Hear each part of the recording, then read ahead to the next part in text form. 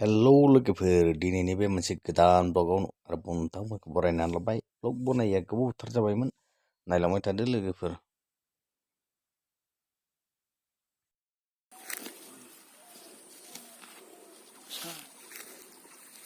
फिसा फिसा अमानि थास होदों। अमा फिसिबाबो जाया, फिसिबाबो दिगदार। थास'ना होदों नै बागान बारियाव हाग्रा गुदुआव।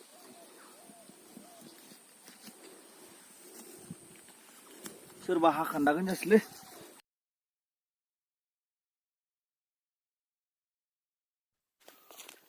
अमा लायोब्ला खाम खालाय गोफोनफोरखौ अमानो होनो हायो, आरो अमा लायाब्ला गारनानै ओरैनो नस्थ' जायो आरो बेनिखायनो बारि खनायाव मासे खाना दोनदों अमा मासेल'सो, बारा नङा आरो नांगौ समाव फाननो मोननाय बायदि।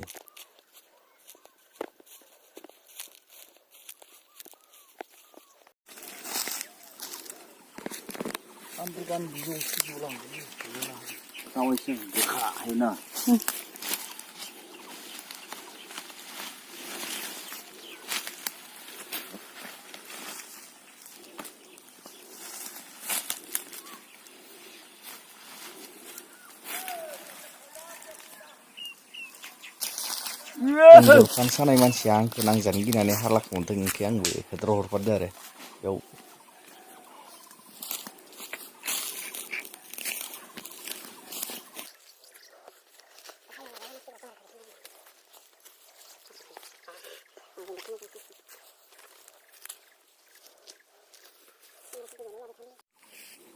मैदेर आगानबो दं नै, एकदम मैदेर फैसै बिथिं जोगोद दोलोद दोलोद फालो मैदेर फैलै नै आगाना एसां गिदिर गिदिर दंथारो।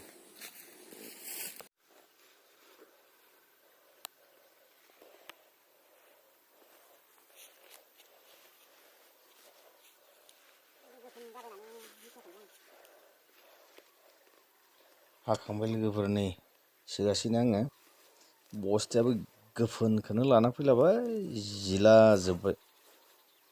हाबावगौमोनब्लाबो सोबावगौमोनब्लाबो जाला, एसांखौनो लानानै थांसै आरो जाबाय, जानाय लाबाय सोबाय आं।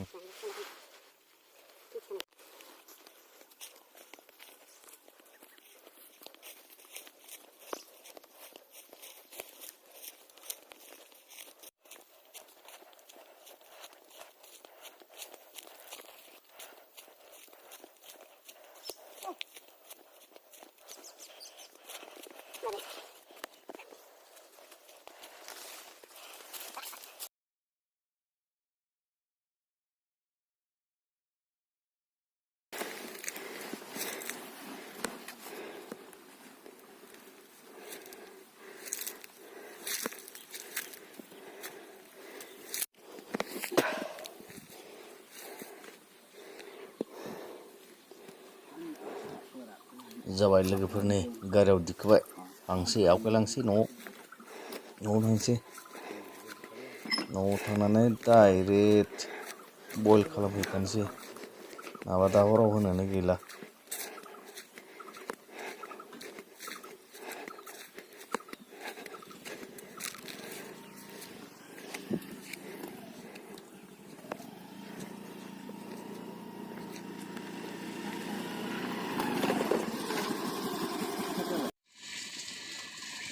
गामलासे ग्रोब जाबाय, गामलासे बयल खालामखाबाय आं।